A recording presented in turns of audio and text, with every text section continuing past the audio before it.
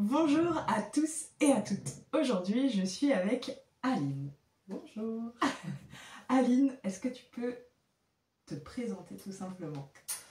Alors, je m'appelle Aline, je suis kinésithérapeute spécialisée en pédiatrie et en rééducation du périnée chez la femme et l'enfant. Et je suis aussi éducatrice sportive, je donne des cours de gym et de pilates. Est-ce que tu pourrais me dire et nous dire qu'est-ce qui t'a amené, quelle est ton histoire qui t'amène aujourd'hui à proposer ces services à tes patients et patientes? Alors, c'est un peu le hasard. Je me prédestinais pas du tout à être kiné, je voulais faire des études dans les sciences biomédicales. Et puis, j'ai pas aimé, donc j'ai changé. Et la kinésithérapie a été une découverte, j'ai adoré. Et puis, la pédiatrie assez rapidement. Et la rééducation du périnée, c'est en étant enceinte de ma fille que j'ai pris conscience de l'importance de tout ça. Et donc, me voilà aujourd'hui spécialisée dans ces deux domaines. Trop chouette. Merci. Dis-moi, tous les jours tu te lèves, tous les jours, peut-être pas tous les jours, mais en tout cas tous les jours, tu portes des valeurs et j'aimerais entendre tes valeurs, voilà. Quelles sont-elles et notamment au travers de ton métier? J'aime que les patients puissent avoir confiance en moi, en ce que je propose. Et aussi, j'aime qu'ils sachent que je suis honnête dans ce que je propose en fait. C'est-à-dire que je vais oser dire que je sais pas, ou que je peux pas, ou qu'il faut renvoyer à quelqu'un ou autre, ou que ça c'est pas pour moi. Et donc c'est pour l'honnêteté. Pour la confiance, vu le cas de la rééducation du périnée, et puis même en pédiatrie, et on me confie quand même les enfants, je veux qu'ils sachent que, voilà, qu'ils peuvent avoir confiance en moi dans les soins que je vais apporter. Tout simplement. Et après, par rapport à mon cadre d'éducatrice sportive, c'est le corps des gens aussi, quand ils viennent, qu'ils apprennent à rebouger alors que ça allait plus, etc. Je veux qu'ils puissent se sentir en confiance dans ce que je leur amène. Chouette. Est-ce que tu peux nous dire quel est ton cadre déontologique? Du coup, il y a deux choses. Moi, j'aime bien aussi travailler en pluriprofessionnel. Donc, pour certaines choses, je ne suffis pas.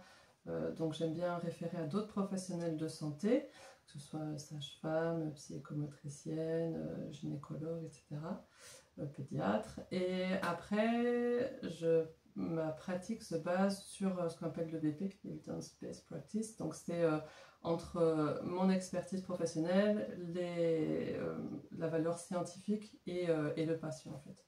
Donc voilà, j'essaie de garder ce cadre-là essentiellement. Super. Ok. Maintenant, on va passer aux mises en situation. Il y en a 5. On va commencer par la première. Ok. La première, c'est que je suis en désir d'enfant et j'ai très peur de faire une interruption spontanée de grossesse. Et donc, j'aimerais savoir s'il est préférable d'arrêter les activités sportives parce que je suis une sportive.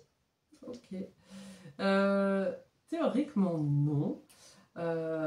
L'activité sportive ne donne pas d'interruption de grossesse. Et là, je vais surtout parler dans les premières semaines. Après, il y a des patientes qui ont des pathologies assez connues et graves où il y a des contre-indications à la pratique du sport. Mais en général, les patientes, elles le savent quand il y a ce désir de grossesse. Le milieu médical en a parlé avec. Mais pour la plupart des femmes, il n'y a pas de contre-indication à pratiquer du sport. Donc nous, quand on est en conception, on peut bien sûr continuer. Au contraire, ça fera du bien. Et si on a le moindre doute, on demande à sa sage-femme, son gynécologue ou son médecin. Mais normalement, non, il n'y a pas de souci. Ok. Deuxième mise en situation. Je suis enceinte de 3 mois et j'aimerais savoir qu'est-ce que je peux faire ici, maintenant, pour me préparer le jour de la naissance. Alors, chez la sage-femme, il y aura la préparation à l'accouchement. Après, en kiné, on peut proposer un autre accompagnement qui est hors nomenclature, donc pas pris en charge par la sécurité sociale. C'est de venir préparer le corps au niveau musculaire et au niveau articulaire. Déjà de faire prendre conscience à la femme de son périnée, pas toujours de le découvrir quand elle arrive sur la table en rééducation du périnée, de faire prendre conscience de la sangle abdominale, de l'importance que ça peut avoir pendant la grossesse, lors de l'accouchement et en postpartum, de justement déjà pouvoir être un peu actrice de son corps en postpartum, et d'avoir, voilà, permettre d'avoir un bassin le plus mobile possible, un périnée le plus souple et mobile possible pour faciliter l'accouchement, mais aussi pour la grossesse et le postpartum. Ok. Donc on peut faire plein de choses dès maintenant. On continue à bouger les jambes. Chouette. Troisième mise en situation. Je suis en postpartum et j'ai une question toute simple. À quoi sert la rééducation du périnée? Alors, quand on vient chez le kiné pour faire la rééducation du périnée en postpartum, on va effectuer un bilan. Et on va bilanter le périnée, mais aussi nous, on a la possibilité de bilanter la sangle abdominale. Et donc ça, c'est plutôt intéressant pour les femmes, essentiellement aussi pour celles qui décident de faire du sport. Parce que tester juste un périnée en étant sur le dos en disant « Ok, ça sert, c'est bon, vous pouvez recommencer », il y a toute une fonctionnalité qui n'a pas été testée, debout, en situation de saut, etc. Donc nous, déjà, on bilante complètement le périnée et la sangle abdominale, et après, on met en situation pour voir comment ça va. Donc voilà, la rééducation du périnée en postpartum permet de faire ce bilan et de voir si tout est ok, ben, on n'a pas besoin de rééducation, et s'il y a des petites choses qu'il faut travailler au plus, et ben, ça permet d'amener la rééducation. Ok. Tout ça pour aller mieux. Voilà, exactement. Ou juste dire vous allez bien. Voilà, vous allez bien, oui. Super. Ok, maintenant quatrième mise en situation. J'ai vécu des violences obstétricales et gynécologiques. J'ai une ordonnance pour faire la rééducation du périnée. Or, j'ai très peur et j'aimerais savoir comment on peut faire. Alors, normalement, tout professionnel devrait parler du consentement, c'est-à-dire que chaque fois qu'une femme arrive, que ce soit pour des violences ou pas, le consentement libre et éclairé, c'est important et très important. Donc là, je vais parler pour ma pratique, parce que j'en ai des femmes qui ont été victimes de violences. À aucun moment, je ne force en quoi que ce soit pour faire un examen ou autre. Déjà, la première séance, souvent, c'est de la discussion de l'administratif, et ça permet déjà de poser les choses, de pouvoir expliquer un peu ce qu'on pourrait faire en rééducation. Et tout consentement qui est donné à un moment peut être retiré. Donc, c'est-à-dire qu'une personne qui a dit bon, ok, c'est bon, on peut aller faire l'examen du périnée, elle m'explique pourquoi, puis on veut commencer, elle dit non, et ben on arrête, on stoppe. Donc normalement, c'est comme ça que ça devrait se passer chez les professionnels de santé. Et si au premier rendez-vous, on ne se sent pas, justement, cette confiance, elle n'est pas là, on peut très bien dire ok, j'arrête, je reprends ma prescription, je pars, je fais autre chose. Donc il faut arriver à oser dire non. Et vous avez le droit, et moi, je dois attendre le consentement pour pouvoir effectuer les choses. Merci. Ça semble logique, mais malheureusement, oui. c'est pas encore appliqué partout. Merci beaucoup. En tout cas, si je ne me sens pas en confiance, je pars. Ouais, ou je le dis. Ouais. Et puis ça peut débloquer des choses. Et à tout moment. Yes. Le consentement est révocable. Voilà. S'il vous plaît. Et libre et éclairé, parce que c'est pas juste il faut qu'on le fasse, ok, c'est on explique pourquoi. Yes. Merci Aline. Ça me fait plaisir et ça me fait du bien d'entendre ça. Ok, cinquième et dernière mise en situation. Je suis en périménopause. Je ne sais pas comment faire pour continuer à prendre soin de moi. Est-ce que tu as des petites choses à me dire? Et bah, de continuer à bouger. Alors, si jamais on était déjà sportif, si on faisait déjà une activité physique, on la continue, ça va être primordial, parce qu'à l'arrivée de la ménopause, avec les changements hormonaux, la diminution des hormones, on va produire moins de muscles, on va avoir des os plus fragiles, et l'activité physique, elle permet de produire du muscle et de renforcer les os. Et si on n'en faisait pas encore, on peut très bien s'y mettre. Donc voilà, si j'ai un conseil autour de la ménopause, c'est l'activité physique, c'est très important. On ne peut pas venir changer ce statut hormonal, par contre on peut faire en sorte de contrer un petit peu certains effets. Super. Je fais bouger les gens, moi. C'est clair. À tout stade. Ok.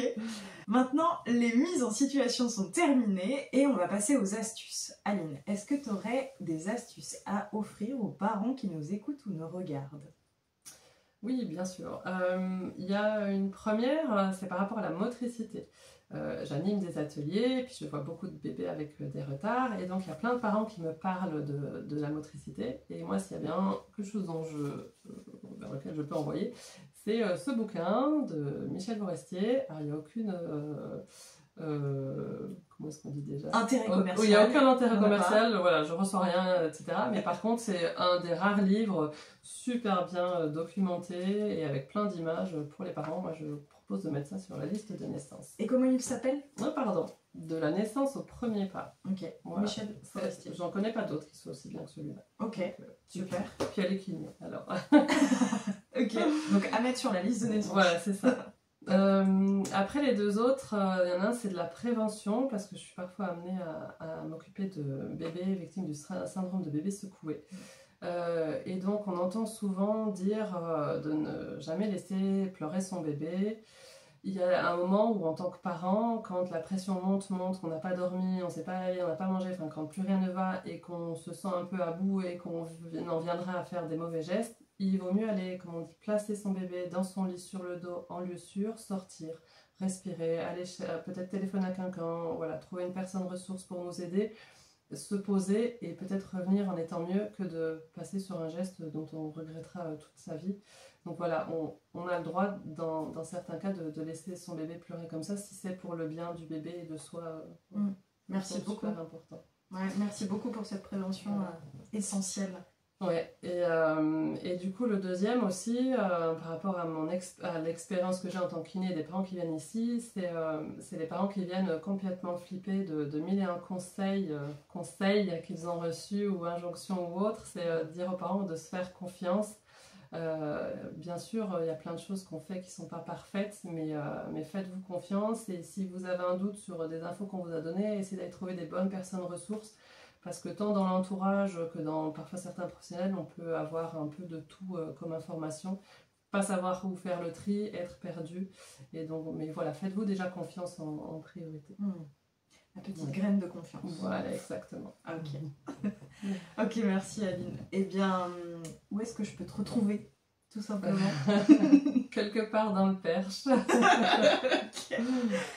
Ok, et maintenant je te propose la dernière proposition qui est le mot de la fin. Et je t'invite à donner un mot de la fin. Et moi, je vais aller appuyer sur off en même temps. Bougez, que vous soyez adulte ou enfant, bougez. Bougez.